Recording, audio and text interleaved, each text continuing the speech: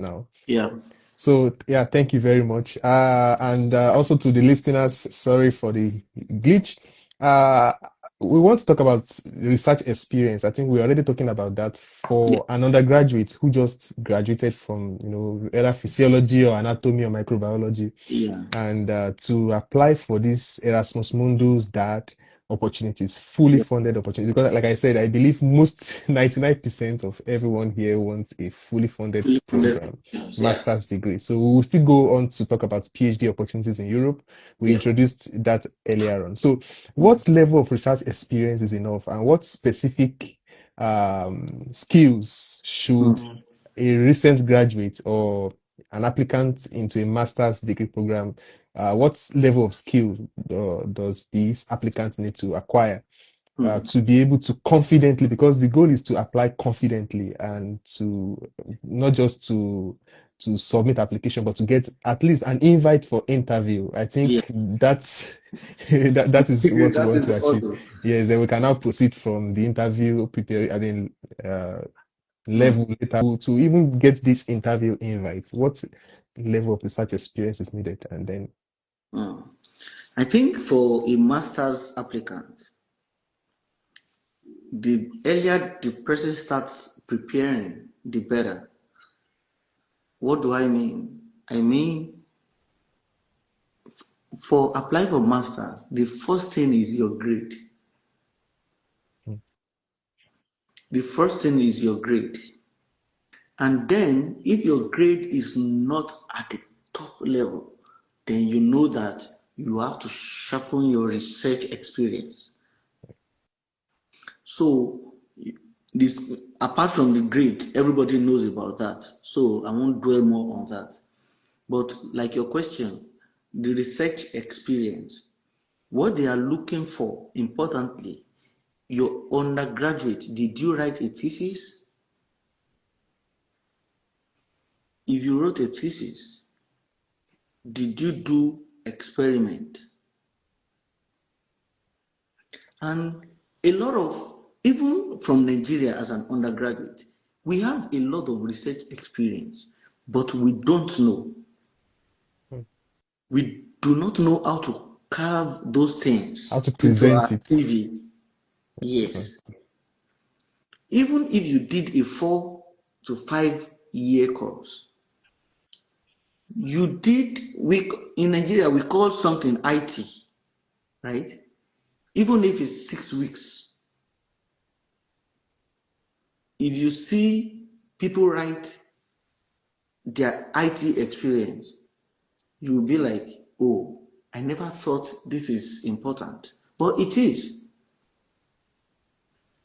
People even write, we also do seminars, right?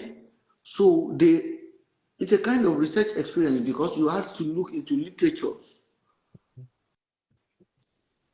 So you need to build your CV based on what you have done because they want to see what, like you said, research experience. What have you done before?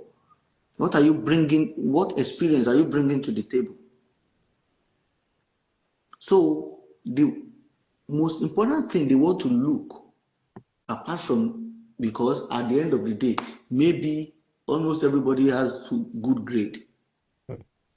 So if all of us have good grade, something must separate the men from the boys. Yeah. And this is where your research experience comes in. So your undergraduate thesis, your IT, your NYSC. Some of us, even though we did biomedicals, we did NYC in school. You're applying for a master's program. Talk more on your leadership skills for those students and how you taught them. Because when you are doing master's degree also, they might be looking for someone that has a teaching skill. So as far as I'm concerned, there's no experience that I have in this life that I cannot carve into a CV. So what you will now ask yourself is, what are the relevant experience? You have a lot of experience, but maybe not all of them fit. So let's say I did microbiology. That was my undergraduate. I did microbiology. And then I want to apply. I did during microbiology, we did general microbiology, right? And then at a point, we started specializing medical microbiology, pharmaceutical microbiology, petroleum microbiology, mycology, parasitology. And then I discovered I love pharmaceutical a lot. Now, for my master's, I was like, I want to switch into drug discovery and pharmacology. What do I need at that point? What I did was that I emphasized so much on my pharmaceutical microbiology because I was applying for pharmacology masters. So I had to sieve my experience to fit where I'm going now. So which means you need to understand the master's program you are applying to in the first place. Yeah. Check their curriculum, check what they are teaching, check different aspects they have.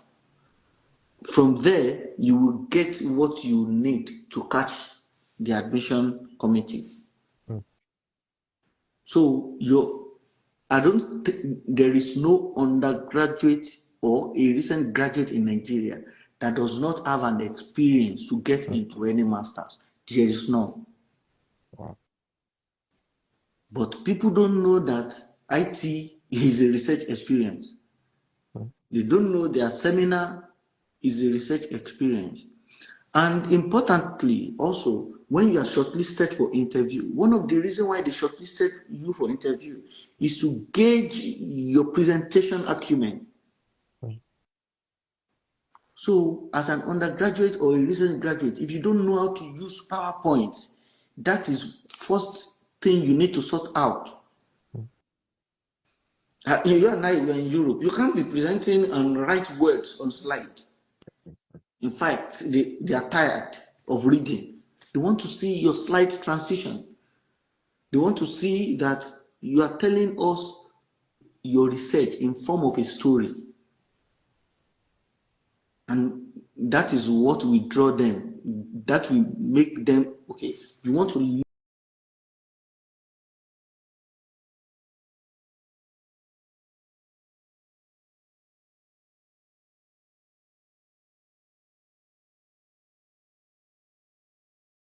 a last-standing impression on them. They have 50 students. They want to, importantly, they remember, oh, this guy made a very nice presentation. Let's go back. What's his name? That your presentation will be a kind of reference for them to go back to your application at the end of the day. So apart from your research experience, presentation. And that's why also one of the things that I preach a lot is how to ace interview. Because that itself, you pass your interview from can we meet you? Because can we meet you is not just telling, you are not going to be telling them, my name is Samuel Olapoju, I'm from Oyo State. Nobody's interested in that in Europe. After you tell them your name and what you had in your undergraduate, if you have some very huge achievements, that's the next thing you should tell them. Like, my name is XYZ. I'm a Nigerian and I graduated with a first class degree, if you have one. I graduated with a first class from so university. If you have a second class upper, if you think it's something worth mentioning, yes, you mention. If you have a 2-2, you don't need to emphasize on that. Because, like what I also preach is that because you have a 2-2 does not mean you will not get admission. No, forget about that. It's also how to package yourself. Yeah. So all those things, your research experience, you can have research experience and don't know how to tell people what you know. That's why I also say that you need to blow your trumpet. If you don't, forget. They cannot assume your experience if you don't tell them. So have the grade. If the grade is not very solid, then your research must be solid. Aside that, you now know how to carve all those relevant experience in your CV and link them together in your motivation letter. This is what I have done before. This is what the project you are advertising that you will do. It means that I already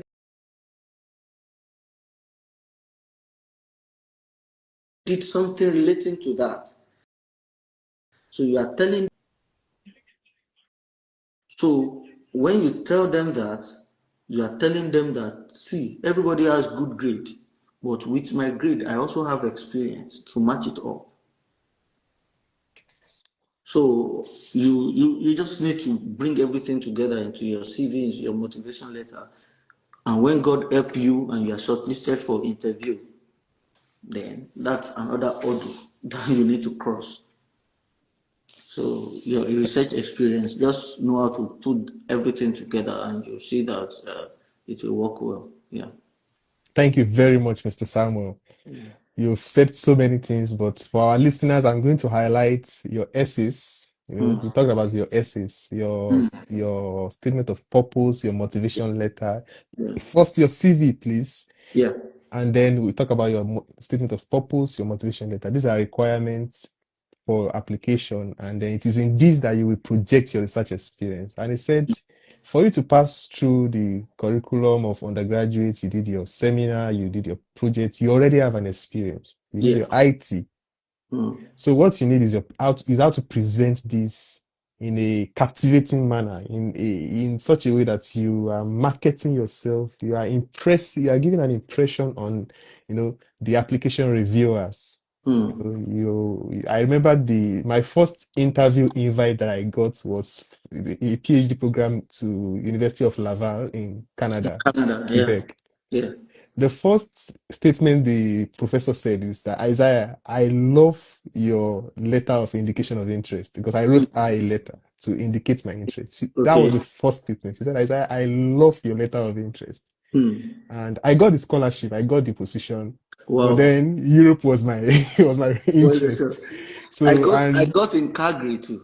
interesting, Yeah.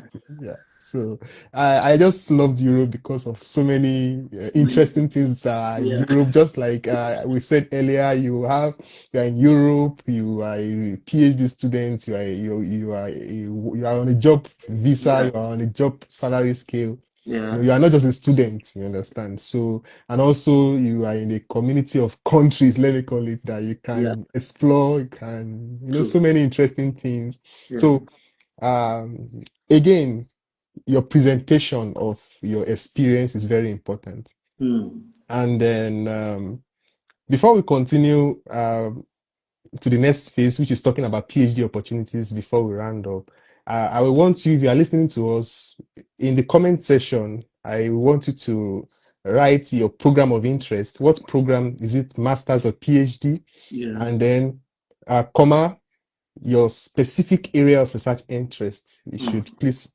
put this in the comment section. Let's know what your next program of interest is, and then in what specific area of biomedicine do you want to undertake this program. So thank you very much. So I've highlighted some things that Mr. Samuel said, your CV, your essays, and how you present yourself in that essay is very important. Thank you very much, Mr. Samuel. My pleasure. We've covered a lot, and I believe some are here who are seeking PhD opportunities, and I also even believe there are people that have done PhD and seeking research opportunity. I mean, as Postdoc. postdoctoral Yeah. researchers. So we are going to talk about PhD funding opportunities now, and is there any special way PhD uh, program is structured in Europe? Of course, we've talked about the fact that you are on a job. Mm. Um, I know that there are specific universities that, like I mean, there are specific government scholarships for Yeah. PhD positions. And also sometimes there are university specific funding program. Like, Yeah. as I am a researcher at the Czech Academy of Sciences, my studentship is attached to the Charles University here in Prague. In I Prague. am also a student of the Department of Physiology there. Mm. So independently, there is a scholarship structure in the faculty. They call it STARS fully funded scholarship. Mm. So I believe you may not be waiting for Fulbright or that's in the US or DAD PhD funded scholarship Mm. or Chevening scholarship like in the UK. Mastercard. Yeah. So MasterCard. So Mm. how do we seek or search opportunities? Mm. I would say here on this platform, Inspired by Science, we sort of like cut the journey short. On Mondays, we post direct, specific open positions, and then in the WhatsApp group, we share the link, or if you DM or comment, Mm. we give you the link. So, how do we approach, institutions? Mm. Or department Yeah. or professors, because we talk about it that we seek, right? Like I said, I wrote a letter of indication of interest, Yeah. and then should we just do this randomly? We Mm. just find an institute, okay, Max Planck Institute, the Mm. specific institute of interest, maybe cardiovascular and diabetes Yeah. or heart Yeah. and lungs. Mm. So should we just go on their directory, pick a professor, and then rise them, or we wait for when dad is out? So how do we handle Mm. this phase of Yeah. seeking fully funded PhD positions? Thank you for that very beautiful question. The first thing, especially when you are applying for PhD, you've passed the level of applying for masters. So the first thing is that you must have a clear research interest.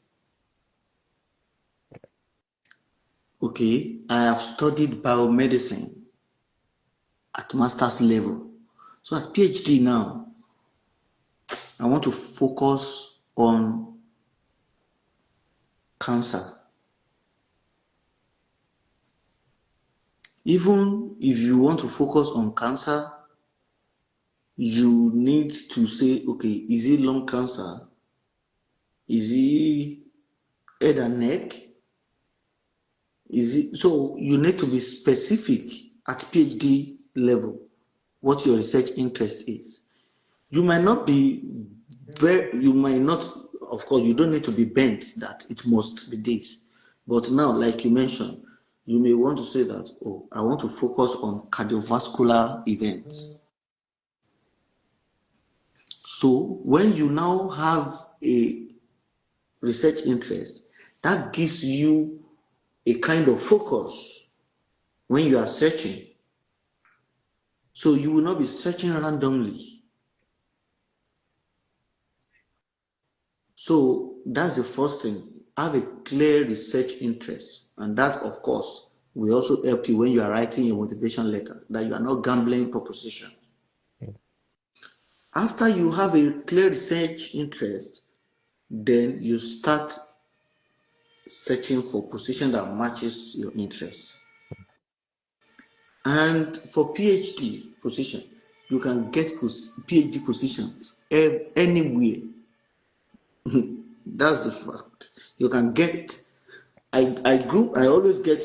I always classify PhD positions into two: structured applications and unsolicited applications. Right? Unsolicited application is that you did not, just like unsolicited advice. I didn't ask you to advise me. Unsolicited application, I didn't put application outside that I am looking for a PhD student. But I am the one soliciting for that position at that point. So how this gets into play is that because you already have a research interest, you are reading publications in that direction. And that's one thing I also want to say, that even though you have not started your PhD, you need to be reading publications. Because there you keep updated, you keep building your register, you keep knowing methodologies in the field. And also, you've read a very nice paper that suits what you want. There's what we call corresponding authorship. You check the corresponding author. You can shoot the person email. Of course, after you visited the website, that okay, this is what they do in the lab. Okay, I like what they do. You can use that to shoot your shot. That I came across your publication, something. This is what I do also. So you ask question. So that's one way of asking for position. That's the unsolicited way. Another way is the structured way. And this structured way can be a kind of advertised position, which is like a professor just got a funding for ERC, European Research Council. He needs to recruit 2 PhD students to do this job. They put in an application. They put out, the university will post the application. Is an EU requirement for you to say you are recruiting a PhD from Nigeria. The university will ask you, did you put an advertisement out? So that is a structure, that is an advertised position. So with that, they already list in the advertisement what the project is about and the kind of profile they want. And you need to read those things also, because those are what they want, tells you one of the some things you will also put in your motivation letter and your CV. So, and also when it comes to advertised position, a lot of websites you can get. All the positions I've gotten in Europe, I got from Euraccess. Euraccess is so good to the extent that they update that website almost every 2 hours.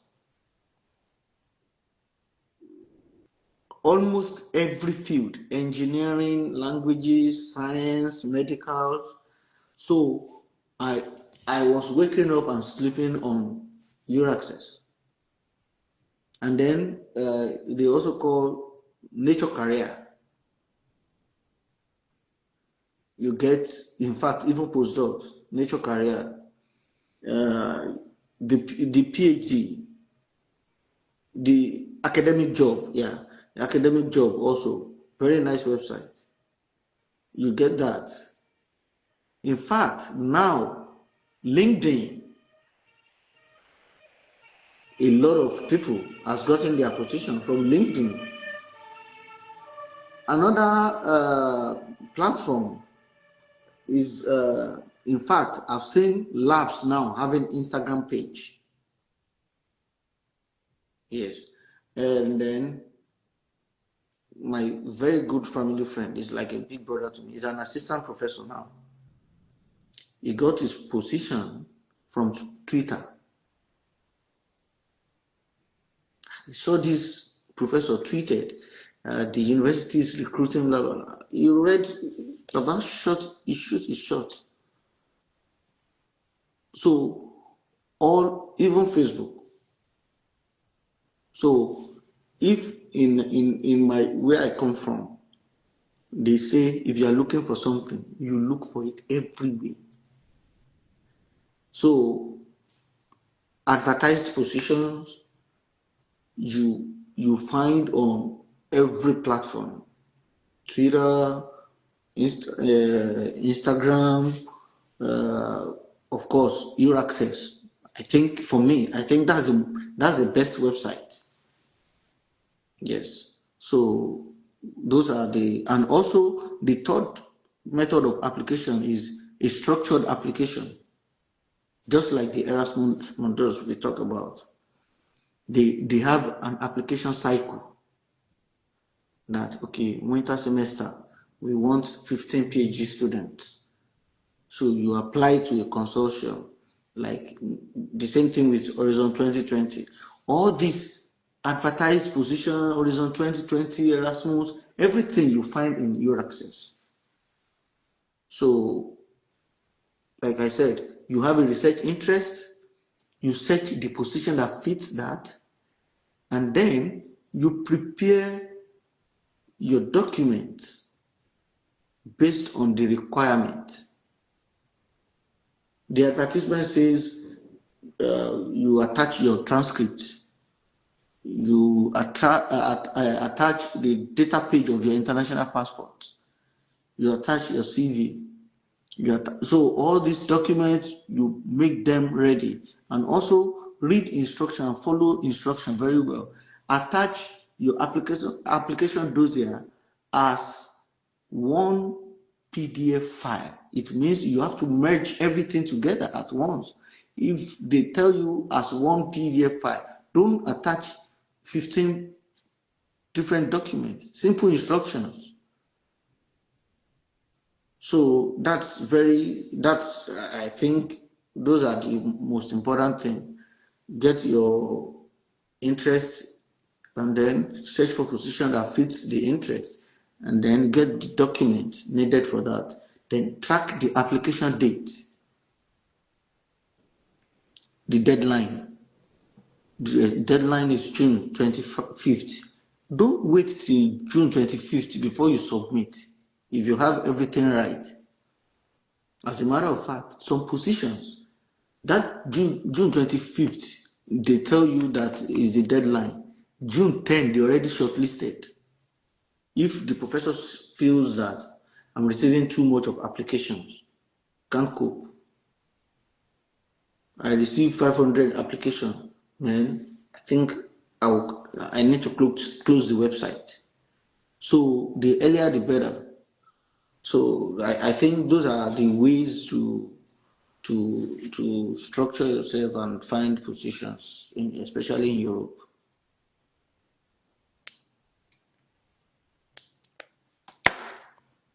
I think you are muted, right? Okay, sorry about that. Yes. So I found so many things you've said interesting. You talk about, seeking opportunities on social media, Yes. platforms. Mm. Most of us we follow different celebrities, sports channels and all that. Yeah. Back then in Nigeria, during and after my master's, I was busy, linking up with different labs or professors on Twitter, Mm. and I was understudying. Some of them I would go to the lab websites. I will I will go through the social media platform into their lab website and look Yeah. at what they do. So through this, I was really broadening my mental Yeah. horizon. I mean, having a knowledge of what they are doing. Sometimes I'll go and read about them. You talk about going to read about this professor's publication. Yeah. So there is a lot of things you need to put your eyes into. I Yeah. mean, get exposed dip your feet into these things, and then from there you'll be able to structure your own application documents in order to perfectly fit what they are looking for, and track applications. I used to have an exercise book. In fact, while I was coming over, someone tried to kidnap my exercise book where I have all these things. And even when Mm. I got interview invite later, I also prepared very well and wrote out what I will say if I'm asked anything. I have Yeah. everything in this exercise book. So I have a scholarship exercise book. So if you really want it, you have to give it what it takes. Yeah. And I want to encourage you that if you are, of course, I will ask Mr. Samuel to give his word to those that have been applying and maybe getting Mm. rejection as we wrap up. So you have to really give it what it takes. Don't quit. And yeah, so let me allow Mr. Samuel to give us one piece of advice to every MSc and PhD aspirant listening. And then secondly, some people might have gotten rejection so far in their application efforts. So Mm. what do you have for them? Yeah, I think the most important thing is not to give up. Yes, because at the end of the day, giving up does not pay. Yeah, so, and the interesting thing is that after you've gotten this position, few months, few years down the line, you forget about the struggle. So it's important that have it at the back of your mind that not all of us are fortunate to shoot one application and get accepted at once. I used to tell my friend, she already finished her PhD. She was she had not submitted her master's thesis. Then I saw a position. I said, see, this position, this PhD position, it was a Marie Curie position, fits you perfectly. You should apply. She said, oh, I'm still struggling with my master thesis. I'm not done yet. I said, see, from Nigeria, you're undergraduate, you are a first class graduate. You are doing your master's in Germany, you are a distinction student. Any lab wants, if the PI likes you, they will wait for you. Said, okay, I will write the motivation letter and send to you. You read then, and then we'll do some packaging and see. That was the only application she made. And then the professor waited for her for 5 months for her to complete the master's, then resume for PhD. Not all of us are fortunate like that. Even me that I'm talking, I'm the king of rejection receiver. So we in Nigeria, we always say we die here. So at the end of the day, when you get the position, people don't know the struggle you've gone through. So never ever let, as a matter of fact, when you receive email, the subject pops up. When you are opportune to read the first line, thank you for your application. I know this one is another rejection. I beg, we moved. Even before I receive your response, I already submitted new one. So I'm not ready to be depressed. That one not day my dictionary. I know what I'm looking for. I know it's not easy, but you have to know that this is, and when you get that PhD position, rejection keeps coming. So it, because you get rejected, you apply for grant, they will say sorry, you don't have what it takes. You apply for conferences, they will not give you the position. So rejection is part of life, not only in academia. You become that professor. You become that professor at the end of the day in your career. You will still be chopping rejection from European Union and the US funding bodies. So even if as you are moving into academia, you should know that you are here to chop rejection. So that one should never be a discouragement. So in fact, for me, that is the most important advice I give to people. Yeah.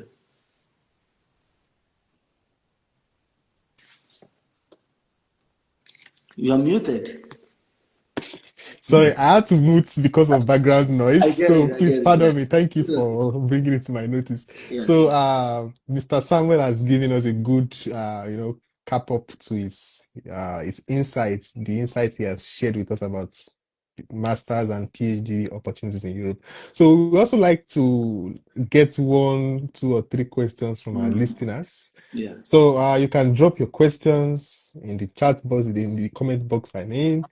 So please don't hesitate to ask your question. I know you have so many questions on your mind. Mm, So don't hesitate. Drop one or two of your questions in the comment section, and then we are going to answer your questions. mm, I also wrote in the comment box that if you have submitted any applications so far, how many are they? And I just want to be sure that you are doing something about what we are already discussing about, because and you also have it in mind to do something more. This 1 hour, 30 minutes we've spent will be useless if you just come here and you are not really, he said something that even if you get a rejection, because you did not stop, you're not to apply for another opportunity. So even if the rejection come, you still have something you are hoping for. So, Yeah. and that is how you get your yes. Don't quit. Most of us, in fact, one thing about me is that I did not even bother to count how many applications I submitted. I was like, I don't need to count. I just know that my own will come, right? So Mm. many people have gotten a lot of no's, but then that was not our hand.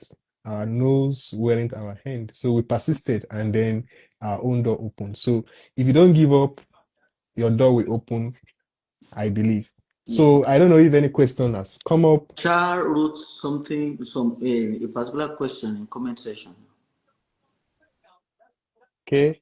Um, can you please help us read and attend to the question, Mr. Samuel? Yeah, she wrote, what skills or courses can I take to aid my application? Also, how effective is the role of a mentor in my application? Two questions, but very important. The first one, what skills or courses can I take to aid my application? And this actually depends on the field you're applying to. If you are in this biomedical field, biomedical research, join a lab, right? This has a way of influencing your application a lot. Join a lab. Another thing you can do is write as much as you can. Like when I was in Nigeria and then applying, I already finished my master's, right? But I was back in Nigeria. I wrote my supervisor that any current publication they are doing and they need analysis, they need extra hands for analysis, or they need someone to read through the English structure, they should not hesitate to contact me. That means I was still connected to the lab. I can still say I'm still part of the team. There's no there, there's no way I will ask my supervisor for a letter of recommendation, even though I'm done, that she will not write. Another thing I was doing was that I was writing review. I wrote 2 reviews during that time. In fact, I was reading publication to the extent that the review that I wrote in 3 weeks. And I saw Elsevier Journal of Vascular Pharmacology. Then when it came, if you see revision, then they told me to make some revision. I had to sit down, read every reviewer's comment, search papers again, corrected my statements, do a lot of things. They also said I should make some graphical abstract. And so even though you are waiting for opportunity, you have to, all hands must be on deck. Join a research team. If you have done your master's, still get connected with your master's supervisor and still get engaged with them. So, and also the second question is how effective. Okay, she said all courses. Yes, you can do some courses online. If you are in biomedical research, you can explore bioinformatics also. The bioinformatics, how to analyze RNA sequencing data, how to analyze attack sequencing, integrated omics. They have all these things in MIT, Coursera, all this stuff, at least to keep yourself busy and updated in the field. Even if you are not using those things in your CV, they have a way of fine-tuning your brain when you are talking during interview. Yeah, so very importantly.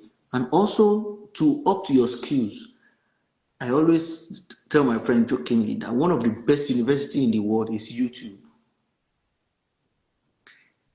There is nothing you are looking for that you will not see how to do it step by step.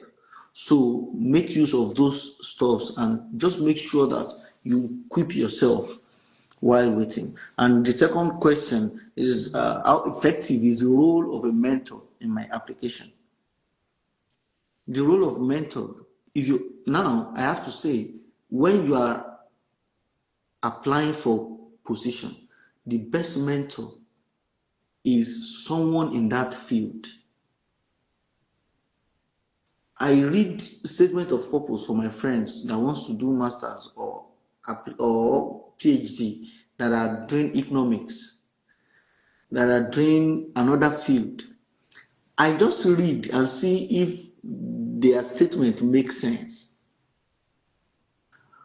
But if any of my friends wants to do, like someone in the comment section that said pharmacology and biotechnology, if I read that person's statement of purpose, we can go back to back for almost 1 or 2 weeks because that is my field, right? I know the register to be used. I know the language of science in that field, in that research domain. So I think you need a mentor. And if I had a mentor, I believe I would not struggle like I did because almost everybody around me, they are either lawyers or they studied accounting. So they could not really help me, right? So finding a mentor in your field, it doesn't have to be exact, right? You want to study pharmacology, but you have a mentor in physiology, it makes sense also. You want to study physiology and you have a mentor in genetics, it still makes sense because the person can also, oh, I think this motivation letter can be better. I think this CV can be better structured. And even that kind of a mentor, if they know your academic prowess, they can also be a referee, because that one is very important too. You don't use somebody that is in a very different field to write reference letters. It will not carry any weight. So I told you I was working in Redeemers University, right? When I joined the faculty, you know what you want, right? I became very close with the dean of basic medical sciences. He was senior professor there, extremely nice man. So we became like father and son. So if I need a reference from Nigeria, this person is in, of course, you want to do PhD, pharmacology, physiology, someone that is a professor of biochemistry right on your behalf, it still makes sense. So play your game very well when it comes to mentorship. The people that are very important in your field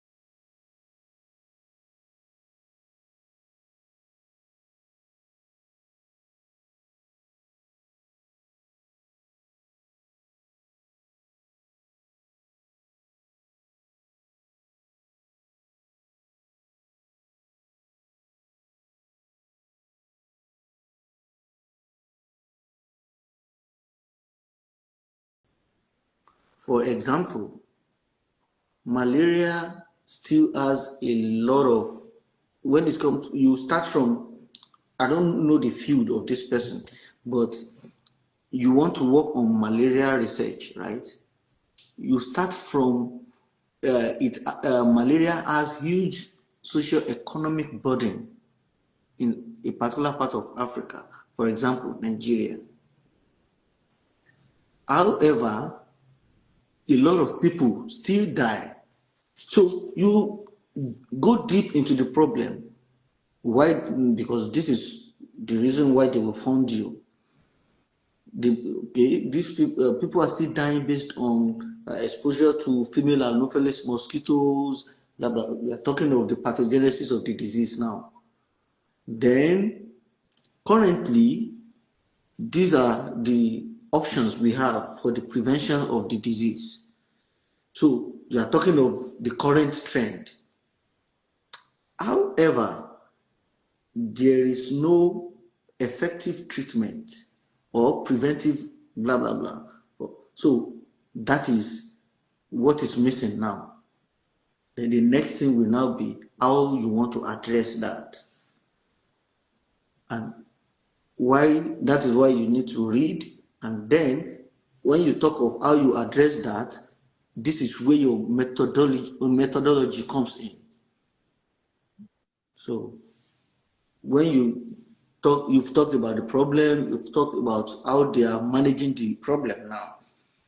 Now you talk about the gap. There is a problem somewhere. Then you talk about how to tackle, how do you want to, now this is what you are proposing. That's why they call it research proposal. And this is what you are proposing on how to at least reduce the socio-economic burden, and tell them what will be the importance of your research. With this, at least you have less mortality, less people, money that they are supposed to. Also, science, we talk about socio-economic importance of your research, because in Africa, if you have money to reduce socio-economic burden, if you don't have to spend on disease, it means you have more money to take care of other needs at home, because even the income itself is already low. You cannot be spending on diseases again. So that's how to start your journey. Pick a problem, pick the current way people are using to address the problem, pick the gap, what they are not addressing, and then propose how you want to tackle this problem and import. So you can go online also, you will get some formats of proposal and how it's done. I think Read voraciously. yes. You have to read and see what others have done and how they did it. Then you can also structure your own research problem and then Yeah, propose someone solution. asked about okay, I don't know if she's still online. When I mentioned the website your access, right? So she was asking about the, so this is how the, I don't know if you can see, this is how it is written. The person can put it on Google, your access website. So it's a very, very good platform. So your access, you will see that EU is a website specifically made by European Union, where positions are advertised from masters, PhDs, specifically postdocs, even assistant professorship, project managers of science consortium. This it's all my positions I got from your access, and very very nice website. They update the website all minimum 4 times in a day. Yeah, so That's great. yeah. Any more questions? We have 5 minutes more before we call it a night on this session this evening. So far, we have really covered a lot. So one more question and then we wrap it up.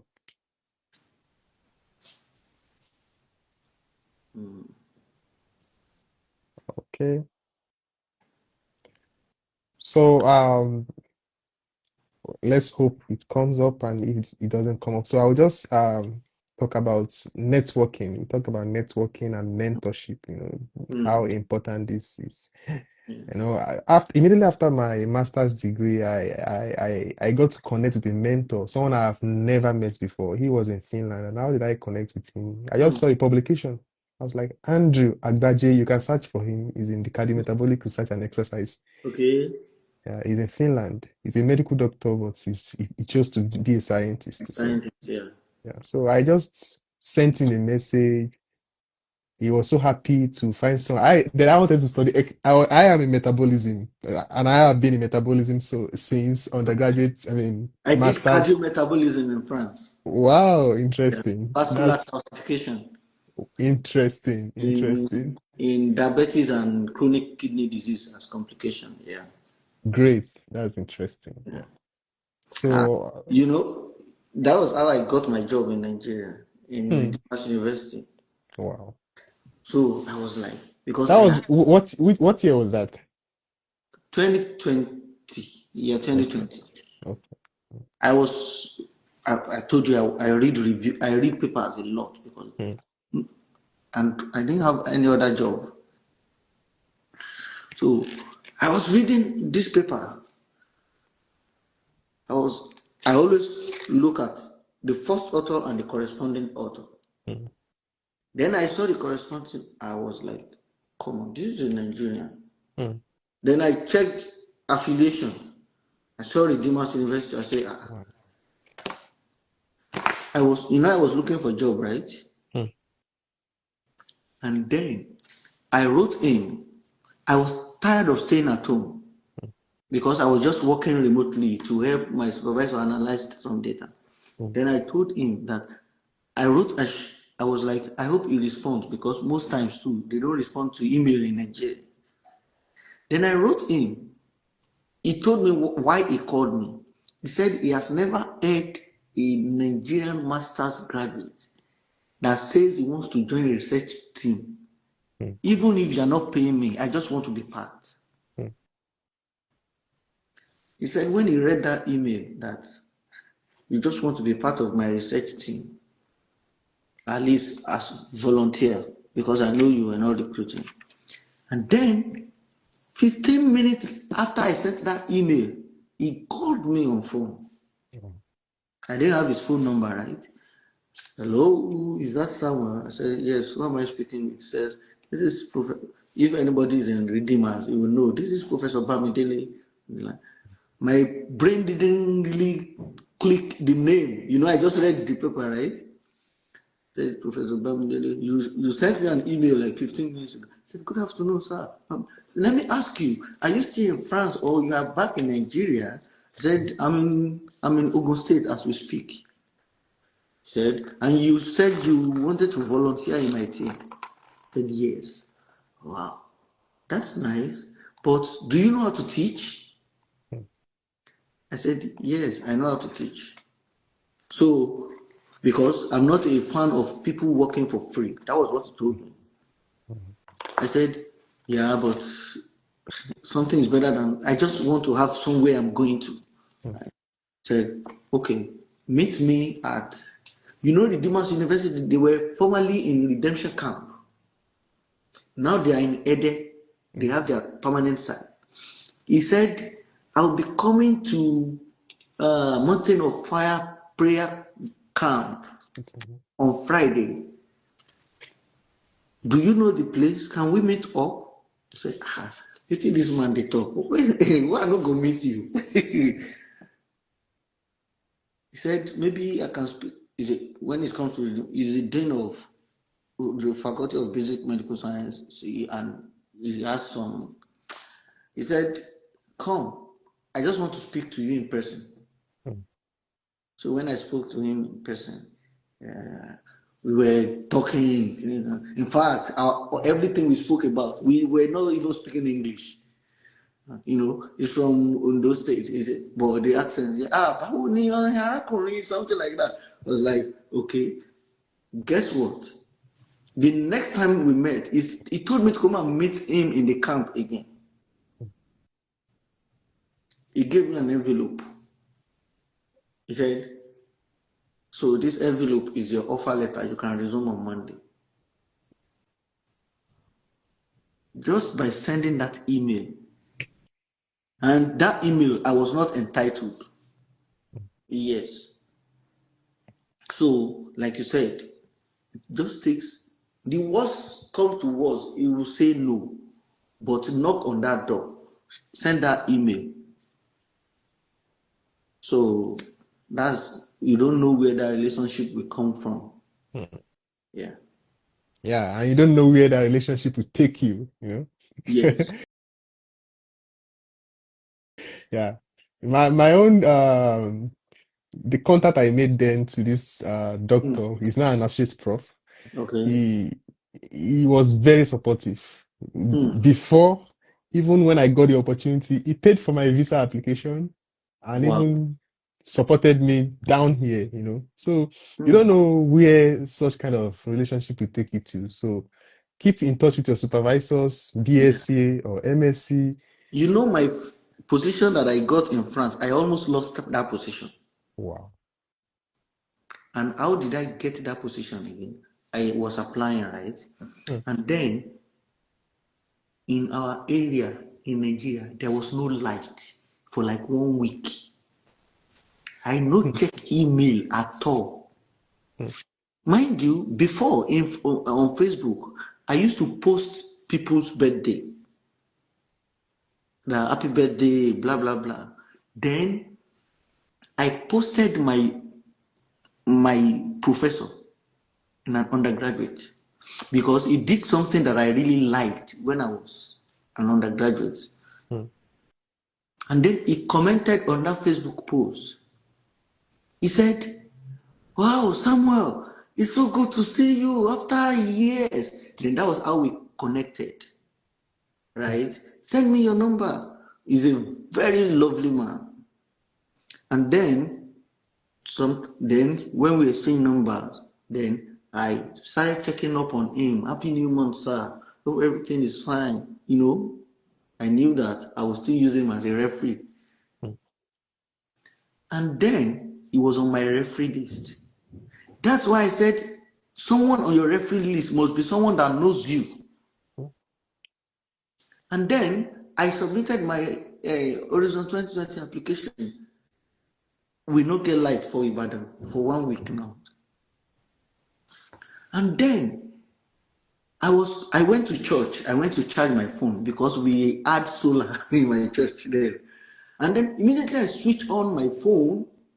My phone rang. I saw Professor, I don't want to mention his name. I saw his call. I was like, this man is calling me. Then I picked the call. He said, Samuel, hope everything is fine. I said, fine. Yes, sir. Why you ask? He said, I've been receiving call from France for almost 2 days now. I said, why? He said, they shortlisted you for an interview. You have not replied. And then I was the only Nigerian referee you have. So they decided to call me. And the first thing the supervisor in France was like, oh, this is so person. We are calling you on behalf of Samuel Olapoju. Do you know him? Hmm. He said, yes, I know him. He's my student. What can you say about him?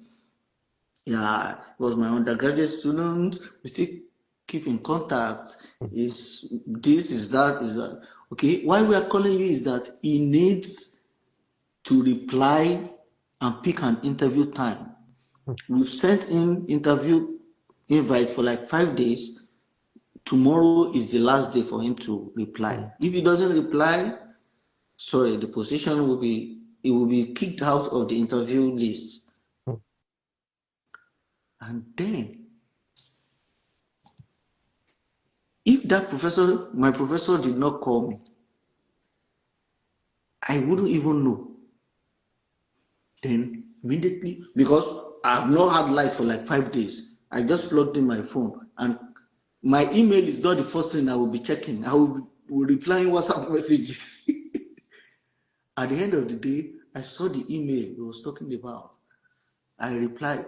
In fact, that last day, when you are applying for PhD, always stay ready. Hmm. And then I saw the position. I said, I'm available tomorrow. They replied, are you sure? I said, yes. I don't want to lose them. I am available. So you have PowerPoint prepared already, standby. You just need to remove one or two things to fit into the position. So if I never built relationship with that man, Hmm. then when they say, do you know who is Samuel Olapoju? He said immediately, yes. And then the professor in front was like, he's an he's your undergraduate student because they saw the date, right? So undergraduate student, and he finished bachelor's like 4 or 5 years ago. How come you still remember his name?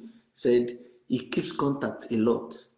So relationship in this academic, in fact, associate professors, they also have mentors because they want to be professors one day. In fact, they also sometimes they ask for reference letter for from their seniors for other funding agencies. So at the end of the day, maybe a lot of us are even losing positions because we are using the wrong people as referees. What can you say about him? Yeah, I don't know much about him. I think our our host is gone. Hopefully, it comes online to go say hi to your undergraduates. It's not compulsory. Is your on. If you have any of the what's it called? Any of your undergraduate lecturers that you guys are very close and is in your department, it's also good, right? So it's not compulsory. The person was not my. Actually, the person was not the supervisor. My supervisor. It was, but fortunately for me, it was the HOD of the department then. So it's very important to build a relationship with at least one person. If you want to apply for masters, if you're a masters applicant, I think two persons will be nice because your referees should be someone who has taught you before, who can attest to your academic prowess. Yeah, so go say hi to your supervisor. It's important. Um,